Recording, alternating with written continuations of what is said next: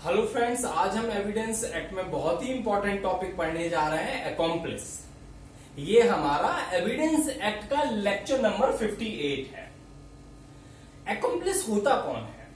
पहले इसके संबंध में प्रोविजन की हम बात करें तो एविडेंस एक्ट का मेन रूप से सेक्शन 133 इससे संबंधित है और इसके साथ साथ एविडेंस एक्ट का सेक्शन 114 का इलस्ट्रेशन भी पढ़ना होगा और सीआरपीसी की धारा 306 भी इससे रिलेटेड है।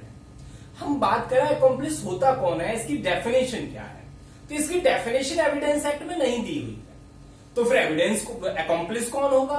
अकॉम्प्लिस को हिंदी में हम सह अपराधी बोलते हैं। जैसे कि नाम से ही क्लियर हो रहा है, सह अपराधी मतलब उस कार्य को करने में साथ देने वाला। यानी कि जब आपके साथ कोई व्यक्ति पढ़ाई में साथ देता है, पढ़ने में साथ देता है, कहीं पढ़ा है, तो उसे हम क्या बोलते हैं? सहपाठी। और यदि कोई व्यक्ति अपराध में साथ दे तो हम उसे बोलेंगे सह अपराधी। ब्लैक्स डिक्शनरी की हम बात करें तो ब्लैक्स डिक्शनरी में सह अपराधी का मतलब वो व्यक्ति होता है जो गिल्टी एक्ट में पार्टिसिपेट करता है और जिसके खिलाफ क्रिमिनल एक्ट लिया जाना चाहिए, क्रिमिनल एक्शन लिया जाना चाहिए। इस केस में RK Dalmia versus Delhi administration के मामले में कोर्ट ने कहा कि अकॉम्प्लिस एक ऐसा व्यक्ति होता है who participate in the commission of crime, जो अपराध के किए जाने में भागीदारी लेता है। हम बात करें भागीदारी, यानी कि जब कोई व्यक्ति अपराध में भागीदारी कर रहा है तो भागीदारी कई प्रकार से हो सकती है। तो कौन से ऐसे मैनर है? तो टोटल 3 तरीके बताए गए हैं जब कोई व्यक्ति अपराध में भागीदारी कर सकता है। Number 1, principal accused of first degree and second degree. Number 2, accessory before the fact. और नंबर 3, आफ्टर द फैक्ट। हम पहले प्रकार की हम बात करें तो यहां पर लिखा है principal accused of first degree. यहां पर वो सारे मुख्य अपराधी होते हैं जो स्वयं अपराध को अंजाम देते हैं, अपराध को कारित करते हैं। हम दूसरे डिग्री के एक्यूज्ड की बात करें तो यहां पर वो ऐसे व्यक्ति होते हैं जो घटना स्थल पर उपस्थित होते हैं और वो अन्य प्रकार से सहायता कर रहे हो, उकसा रहे हो, इंसाइट कर रहे हो, वो होंगे। हम इसमें बात करें एसेसरी बिफोर द फैक्ट, यानी कि अपराध के किए जाने से पहले जो व्यक्ति सहायता करते हैं, उकसाते हैं, प्लानिंग करते हैं, कॉन्स्पिरेसी करते हैं, वो सारे सेकंड प्रकार में आ जाएंगे, सेकंड मैनर में आ जाएंगे। तीसरे मैनर की हम बात करें तो तीसरे मैनर में जो पार्टिसिपेशन है वो अपराध के किए जाने के पश्चात उसमें भागीदारी करते हैं। कैसे हो सकता है? जब मेन एक्यूज जो ए और बी थे उन्होंने क्राइम कर दिया तो वहां पर जो थर्ड व्यक्ति आ जाता है, उन्हें भगा के ले जाता है, हो सकता है घर में शेल्टर देता है, हो सकता है उन्हें गिरफ्तार होने से बचाता है। तो ये 3 प्रकार से कोई व्यक्ति अपराध में भागीदारी कर सकता है। अब हमने ये समझ लिया, अब हम आते हैं कि क्या अकॉम्प्लिस के साक्ष्य के आधार पर अन्य अपराधियों को सजा दी जा सकती है? यानी कि जो 2-3 लोगों ने या 4-5 लोगों ने जो क्राइम किया था उनमें से कोई व्यक्ति गवाही देता है, एविडेंस देता है, और अब प्रश्न ये है क्या इस एविडेंस के आधार पर या अकॉम्प्लिस के एविडेंस के आधार पर अन्य व्यक्ति को सजा हो सकती है? क्या इसी आधार पर सजा हो सकती है? तो इसके संबंध में मेन रूप से एविडेंस एक्ट का सेक्शन 133 है और सेक्शन 114 है, 114 का इलस्ट्रेशन भी है। सेक्शन 133 को हम रूल ऑफ लॉ भी कहते हैं, विधि का नियम, और जबकि सेक्शन 114 का इलस्ट्रेशन बी को रूल ऑफ प्रूडेंस या फिर रूल ऑफ कॉशन कहते हैं, सावधानी का नियम। सेक्शन 133 यानी कि रूल ऑफ लॉ ये कहता है कि accomplish shall be a competent witness, कि जो अकॉम्प्लिस है, सह अपराधी है, वो सक्षम साक्षी है। दूसरी बात वो ये कह रहा है conviction is not illegal merely because it proceeds upon uncorroborated testimony.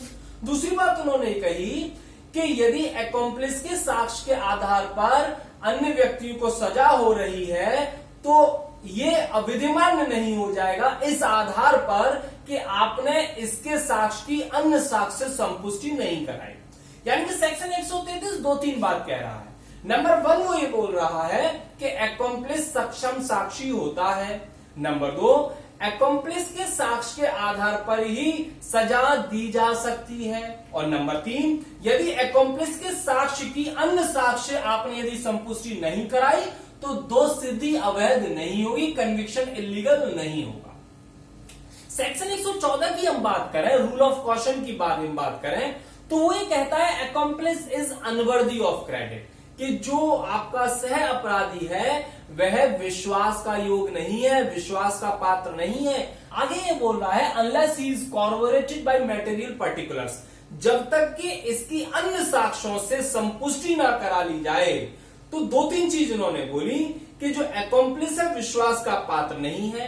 Number 2, यदि इस पर आप एविडेंस को ले रहे हैं तो आप इसके साक्ष्य से, अन्य साक्ष्यों से इसके साक्ष्य की संपुष्टि करा लें।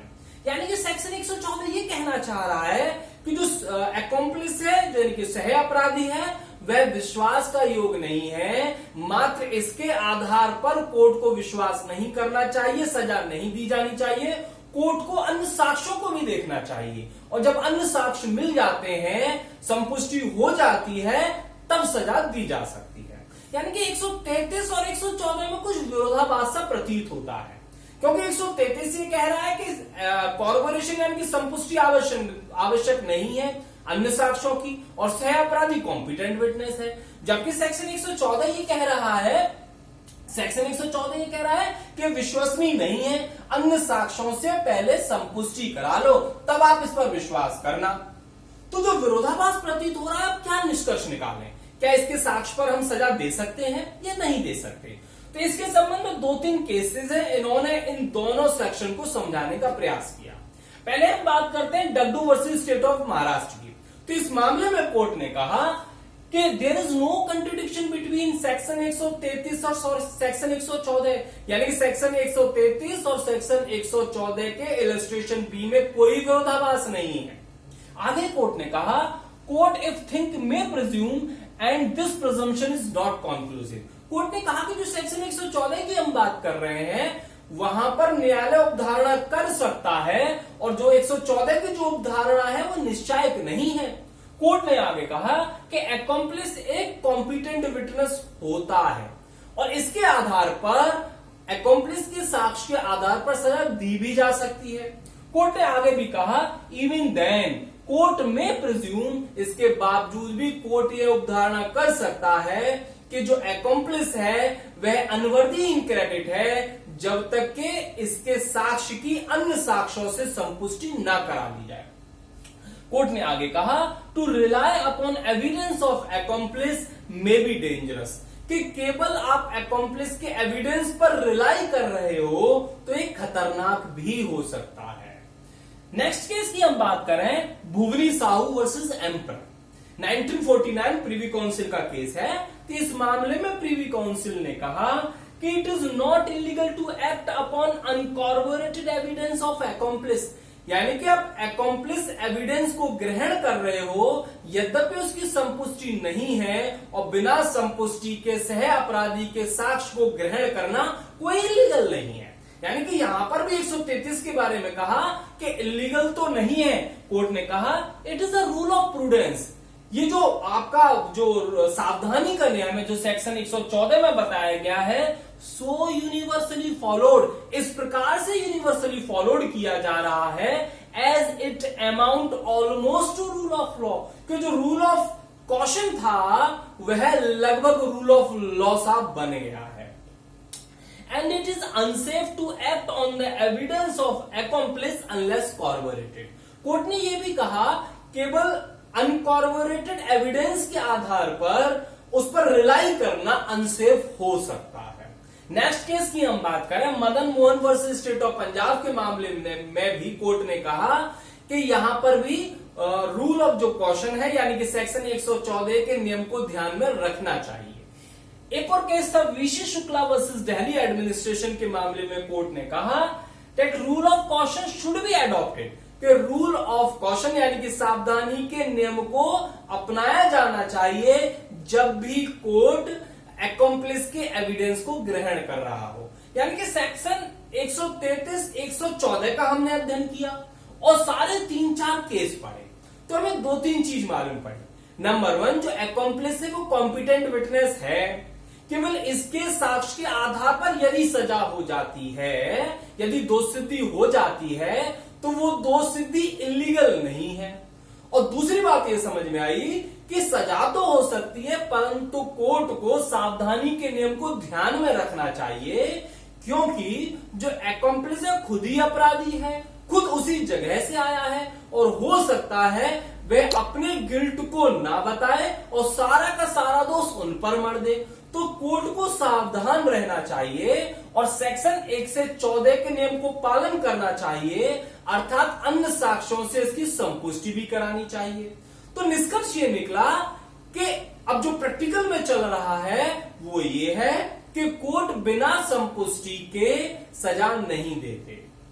तो जो रूल ऑफ कॉशन था लगभग रूल ऑफ लॉ बनते जा रहा है या बन गया है।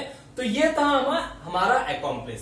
तो जब भी आप इसके संबंध में क्वेश्चन लिखें, ये क्वेश्चन बहुत आता है, लगभग 10-20 बार ये मेंस में आ चुका है, प्री में भी बहुत आता है। तो जब भी आप क्वेश्चन लिखें पहले इसकी आप अर्थ बता दें, अकॉम्प्लिस का क्या अर्थ होता है। सेक्शन 133 को पॉइंटों में लिख दें, 114 को पॉइंटों में लिखते हैं। उसके पश्चात इन केसेस को लिखने के पश्चात आप निष्कर्ष में लिखेंगे कि 133, 114 इन केसेस का अध्ययन के पश्चात हम ये कह सकते हैं कि ये अकॉम्प्लिस और कॉम्पिटेंट विटनेस होता है, सजा दी जा सकती है, परंतु न्यायालय को रूल ऑफ कॉशन को ध्यान में रखना चाहिए और प्रैक्टिकल में कोर्ट बिना सेक्शन 114 के अर्थात संपुष्टि के सजा नहीं देते। तो इस तरीके से सेक्शन 114 हमारा 133 कंप्लीट हो गया। अब हम बात करते हैं अप्रूवर कौन होता है या को एक्यूज्ड कौन होता है और अकॉम्प्लिस कौन होता है, इनमें अंतर क्या है। जैसे कि हमने पढ़ा, जब कोई व्यक्ति अन्य व्यक्ति के साथ मिलकर अपराध करता है तो उसे तो हम अकॉम्प्लिस बोलते हैं। और जब उन्हीं सब व्यक्तियों में से जो भी 3-4 लोग मिलकर अपराध कर रहे थे, इनमें से किसी व्यक्ति को गिरफ्तार कर लिया जाता है तो इनके खिलाफ एविडेंस को जुटाने के लिए, साक्ष्यों को प्राप्त करने के लिए जो प्रोसिक्यूशन साइड है उनमें से किसी व्यक्ति को यह ऑफर दे देता है कि यदि तुम अपने साथियों के बारे में, अपराध के बारे में सारी बात सही सही बता दोगे तो हम तुम्हें छोड़ देंगे। ये सब सेक्शन 306 सीआरपीसी में लिखा हुआ है कि जब भी आप अपने अपराधियों के बारे में सारी बात बता दोगे तो हम तुम्हें छोड़ देंगे। और यदि उसका साथी यानी कि अकॉम्प्लिस जो इस बात को स्वीकार कर लेता है और सारी बात बताने को तैयार हो जाता है तो उसको हम अप्रूवर बोलते हैं, सरकारी गवाह बोलते हैं। तो यहां पर जो अप्रूवर होता है वो पहले अकॉम्प्लिस होता है, यानी कि हम ये कह सकते हैं कि प्रत्येक अप्रूवर अकॉम्प्लिस होता है परंतु प्रत्येक अकॉम्प्लिस अप्रूवर नहीं होता। कोई कुछ अकॉम्प्लिस ऐसे भी हो सकते हैं जो अप्रूवर नहीं भी है। और को एक्यूज्ड क्या होता है, वो सेक्शन एविडेंस एक्ट सेक्शन 30 है। जब हमने सेक्शन 30 का लेक्चर बनाया था उसे आप देख लीजिए, यानी कि जो संयुक्त विचारण होता है उसको हम बोलते हैं आपका को एक्यूज्ड। तो इस तरीके से हमारा लेक्चर अकॉम्प्लिस का कंप्लीट हो गया। आई थिंक आपके समझ में आ गया होगा। Thank you.